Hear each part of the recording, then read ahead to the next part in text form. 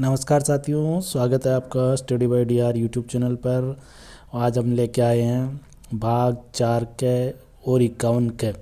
ये मौलिक कर्तव्य है जो कि भारतीय संविधान के अंतर्गत बाद में जोड़े गए। और अगर हम मूल संविधान की बात करें साथियों, तो मूल संविधान में मौलिक कर्तव्यों की जो संख्या है वो 0 थी मूल संविधान में।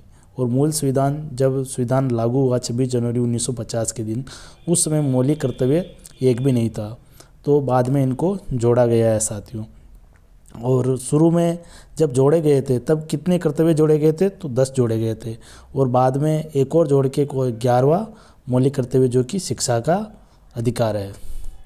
तो साथियों अब शुरुआत करते हैं हमारे आज हम साथियों एक नया पैटर्न लेके आए हैं। इसके अंतर्गत हम पहले उन मौलिक कर्तव्यों को या कोई भी टॉपिक है उसकी हम चर्चा करेंगे, और चर्चा करने के बाद में उसके ऑब्जेक्टिव हल करेंगे, यानी हैंड टू हैंड उसी को हम रिवाइज भी करेंगे साथियों। तो शुरुआत करते हैं आज के मौलिक कर्तव्यों से।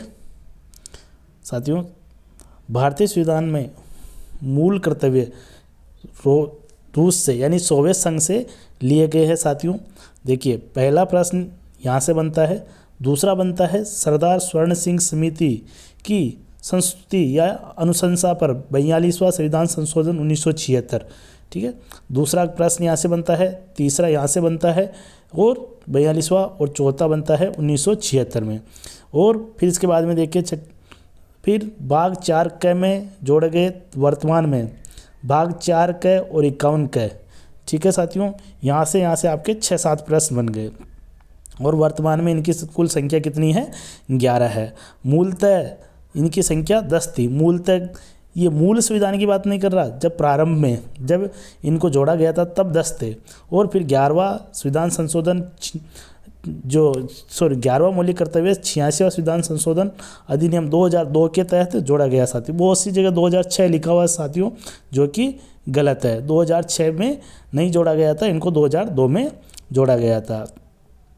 तो मौलिक कर्तव्यों को प्रभावी बनाने के लिए साथियों 1999 में जे.एस. वर्मा समिति का गठन किया था। साथियों, ये वेरी इंपॉर्टेंट है कि जे.एस. वर्मा समिति का संबंध किससे है? तो मौलिक कर्तव्यों को प्रभावी बनाने से है। कब किया था? 1999 में। फिर आगे देखिए, अनुच्छेद 51 के मूल कर्तव्य। अब देखिए, मूल कर्तव्य 11 है। उन 11 को ही हम एक टॉपिक वाइज चलते रहेंगे और एक एक बिंदु को हम हल करते रहेंगे।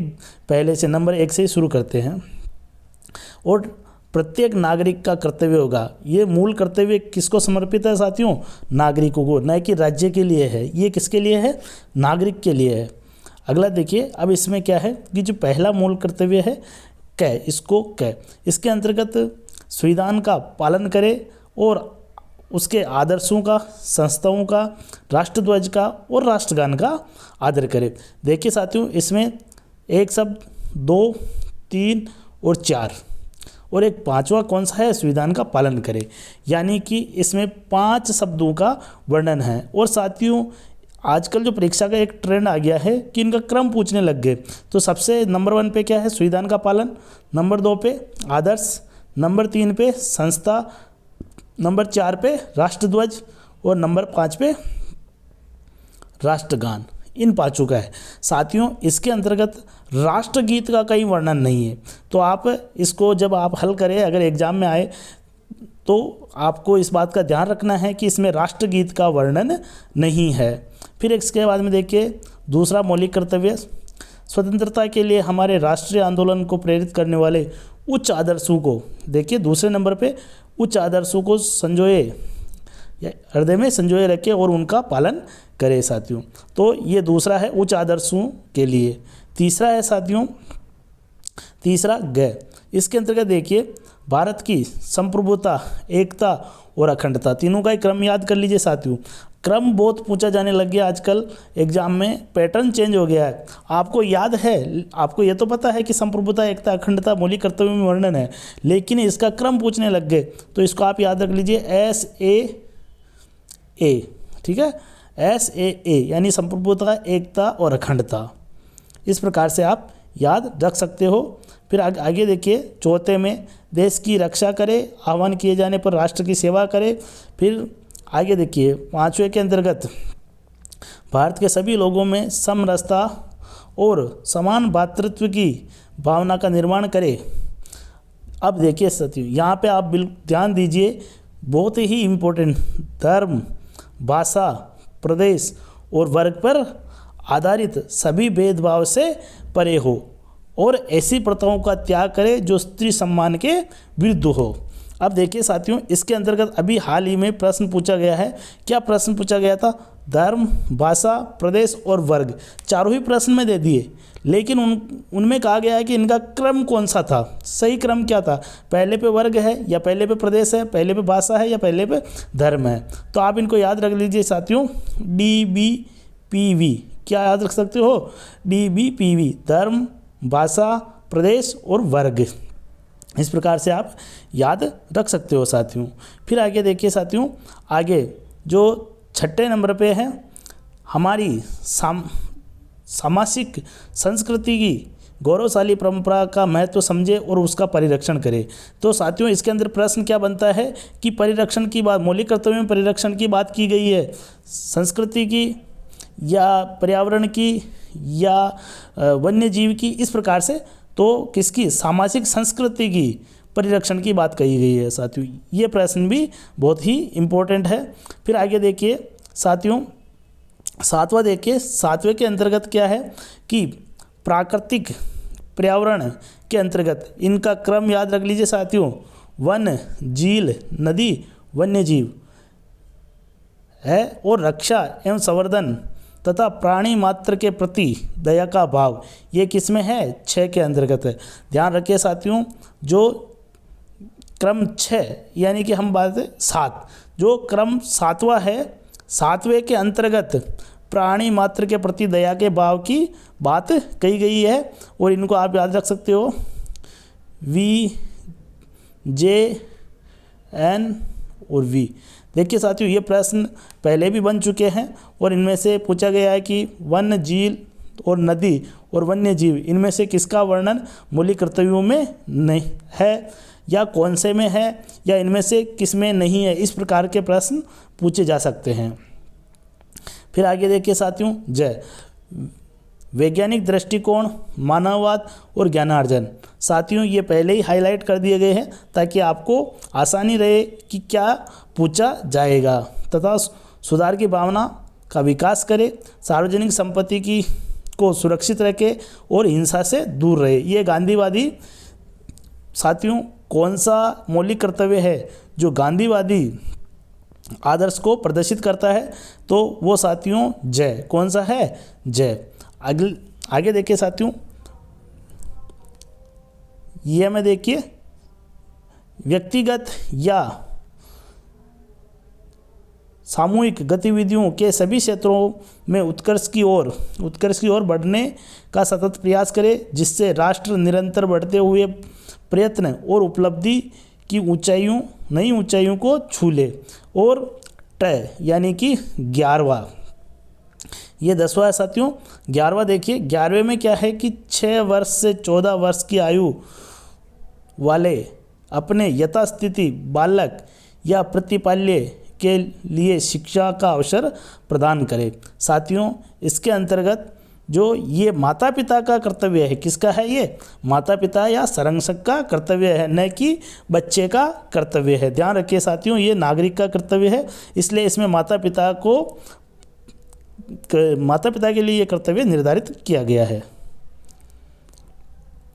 अब साथियों, अब हम इसके प्रश्नों को हल करते हैं और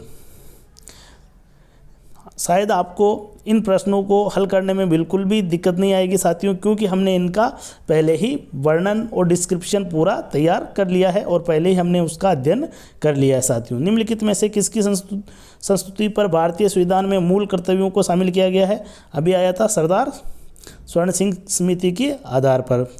अगला देखिए, किस संविधान संशोधन द्वारा भारतीय संविधान में नागरिकों के मूल कर्तव्य शामिल किया गया है? 42वां संविधान संशोधन 1976। अगला देखिए, भारत की एकता प्रभुता, एकता, अखंडता, अभी पूछा था ना कि रक्षा करने एवं उसे अक्षुण्ण बनाए रखने के मूल कर्तव्य किस स्थान पर रखा गया। देखिए साथियों, मैंने पहले कहा था ना, आप इस प्रकार क्रम भी याद रखिए, पहला, दूसरा, तीसरा। तो ये बात गई, आपको पता है पहले में तो क्या है कि आदर्श संस्थाओं और क्या राष्ट्रगान, राष्ट्रध्वज और संविधान की जो आदर्शों का उनका पालन करे, ये था। तो इसमें फिर इसके बाद में साथियों ये तीसरे नंबर का है। कौन सा है? ये तीसरे नंबर का है। तो इस प्रकार से आप इनको हल कर सकते हो साथियों। अगला देखिए, मूल कर्तव्यों का उल्लेख संविधान में कब किया गया? कब किया गया? 42वां संविधान संशोधन 1976 में। अगला देखिए, भारतीय संविधान के किस अनुच्छेद में 42वें संविधान संशोधन विधेयक द्वारा मूल कर्तव्यों को शामिल किया गया? तो बताइए साथियों, मूल कर्तव्यों को किस अनुच्छेद में? तो 51 क में। किसमें? 51 क में। 50 में न्यायपालिका का कार्यपालिका से पृथक्करण, 52 में राष्ट्रपति का पद, 53 में राष्ट्रपति की शक्तियाँ। संविधान में मौलिक कर्तव्यों को कब सम्मिलित किया गया? तो 1976 में, 42वां संविधान संशोधन 1976 में। अगला देखिए, संविधान में नागरिकों को मूल कर्तव्यों की व्यवस्था 42वें संविधान संशोधन के द्वारा किस वर्ष की गई? तो 1976। अगला देखिए, किस संविधान संशोधन द्वारा भारतीय नागरिकों को 10 मूल कर्तव्य जोड़े गए? तो 42वां संविधान संशोधन 1976। अगला देखिए, निम्नलिखित में से कौन सा एक संवैधानिक संशोधन मौलिक कर्तव्यों से संबंधित है? तो कौन सा है? 42वां। साथियों, इस क्लास के बाद में आपको कभी भी मौलिक कर्तव्यों को पढ़ने की ज़रूरत महसूस नहीं होगी। अगर आप इस क्लास को एक दो बार रिपीट करके और एक दो बार इसका अभ्यास करोगे तो बिल्कुल आपको मौलिक कर्तव्य याद हो जाएंगे। और मौलिक कर्तव्यों के प्रश्न किस प्रकार से बनते हैं साथियों, वो मैंने आपको पहले ही इसमें बता दिया है साथियों। तो आप उसी प्रकार से इनका अध्ययन करें और उसी प्रकार से आप शॉर्ट नोट और भी बना सकते हो। भारतीय संविधान के अंतर्गत निम्नलिखित में से कौन सा मौलिक कर्तव्य नहीं है? तो देखिए साथियों, वैज्ञानिक दृष्टिकोण का ये बिल्कुल है, ये जो 10वां मौलिक कर्तव्य है। सार्वजनिक संपत्ति की सुरक्षा, ये भी है। संविधान का पालन, ये पहला मौलिक कर्तव्य है। तो साथियों, आम चुनाव में मतदान करना, ये मौलिक कर्तव्य नहीं है। अगला देखिए, भारत के प्रत्येक नागरिक का कर्तव्य है प्राकृतिक पर्यावरण का संरक्षण एवं सुधार। तो ये किस में आया था साथियों? अनुच्छेद 51 क के अंतर्गत ये मौलिक कर्तव्यों का वर्णन है। अब देखिए साथियों, एक बार हम वापस मौलिक कर्तव्यों का रिवीजन कर लेते हैं ताकि आपको मौलिक कर्तव्यों के लिए कई और जगह कहीं पे भटकने की ज़रूरत नहीं है और कई दूसरी जगह क्लास लेने की ज़रूरत नहीं है। जब भी आपको मौलिक कर्तव्य पढ़ना हो तो आप साथियों इस क्लास को खोलिए और इसको देखिए, आपको सारे मौलिक कर्तव्यों और इससे बनने वाले सभी प्रश्न इसमें मिल जाएंगे। देखिए साथियों, इसके अंतर्गत इसके तहत भारतीय संविधान के भाग 4 क में और 51 क के अंतर्गत मौलिक कर्तव्य जोड़े गए। मूलतः नागरिकों के लिए 10 मौलिक कर्तव्य थे। मूल संविधान की नहीं करा, मूलतः यानी कि जब जोड़े गए तब। और परंतु 2002 में 86वां संविधान संशोधन यानी 1 अप्रैल 2010 से मौलिक कर्तव्यों की संख्या में वृद्धि हो गई। अब देखिए साथियों, यहाँ पे जो है ना 1 अप्रैल 2010 से शिक्षा का मौलिक अधिकार लागू हुआ और उस दिन से ही मौलिक कर्तव्यों की संख्या कितनी हो गई? 10 से 11 हो गई। ये बहुत ही इम्पोर्टेंट है, हर बार पूछा जाता है साथियों कि शिक्षा का मौलिक कर्तव्य और मौलिक अधिकार किस दिन से लागू हुए? तो 1 अप्रैल 2010 से। और अनुच्छेद 51 क में या 51 ए के अंतर्गत प्रत्येक नागरिकों के लिए बनाए गए हैं साथियों। अब देखिए, पहला वही संविधान का पालन करे, उसके आदर्शों, संस्थाओं, राष्ट्रध्वज और राष्ट्रगान का पालन करे। दूसरा, स्वतंत्रता के लिए राष्ट्रीय आंदोलन को प्रेरित करने वाले उच्च आदर्शों को हृदय में संजोए रखे तथा उनका पालन करे। तीसरा, अभी पूछा था ना कि संप्रभुता, एकता और अखंडता का वर्णन किस में है? तो तीसरे मौलिक कर्तव्य में है।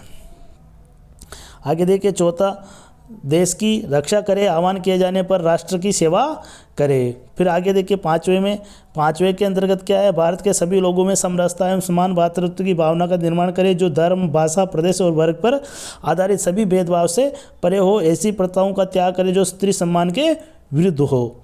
अगला देखिए छठा, हमारी सामाजिक संस्कृति की गौरवशाली परंपरा के महत्व को समझे और उसका परिरक्षण करे। फिर अगला देखिए सातवें के अंतर्गत, साथियों अगली बार प्रश्न पूछा जाएगा कि वन, झील, नदी और वन्य जीव कौन से मौलिक कर्तव्य में आते हैं भैया, तो सातवें में आते हैं। किस में आते हैं, सातवें में। अब जब लोगों ने ये सब विद्यार्थियों ने ये पढ़ना, अभ्यर्थियों ने ये पढ़ना शुरू कर दिया कि भाई ये का वर्णन है, तो अब वन, झील, नदी का वर्णन है, लेकिन किस में है, तो सातवें में है। तो इस प्रकार आप दोनों तरीके से याद कर लीजिए साथियों। फिर इसके बाद में देखिए वैज्ञानिक दृष्टिकोण, मानववाद और ज्ञानार्जन, ये किस में है, आठवें में है। नौवा है कि हिंसा से दूर रहे और सार्वजनिक संपत्ति की सुरक्षा करे, 9 के अंतर्गत। 10वें में देखिए साथियों, 10वें के अंतर्गत क्या है कि व्यक्तिगत सामूहिक गतिविधियों को के सभी क्षेत्रों में उत्कर्ष की ओर बढ़ने का सतत प्रयास करे, और इसके साथ ही प्रयास करे, और जिससे निरंतर बढ़ते हुए प्रयत्न और उपलब्धियों की नई ऊंचाइयों को छू ले। और अंतिम है साथियों, किसका है, माता पिता एवं संरक्षण के लिए 6 से 14 वर्ष के आयु के वाले अपने यथास्थिति बच्चे प्रतिपाल्य का अर्थ होता है साथियों, अगर हमने किसी को गोद ले रखा है तो, के लिए शिक्षा का अवसर प्रदान करे। और ये कब, 86वां संविधान संशोधन 2002 के अंदर ये 11वां मौलिक कर्तव्य जोड़ा गया। तो साथियों आज मौलिक कर्तव्य की क्लास यही समाप्त होती है। आप सभी का बहुत बहुत धन्यवाद। अगर आपको क्लास अच्छी लगी हो तो वीडियो को अधिक से अधिक शेयर करें, चैनल को सब्सक्राइब करें। जय हिंद, जय भारत।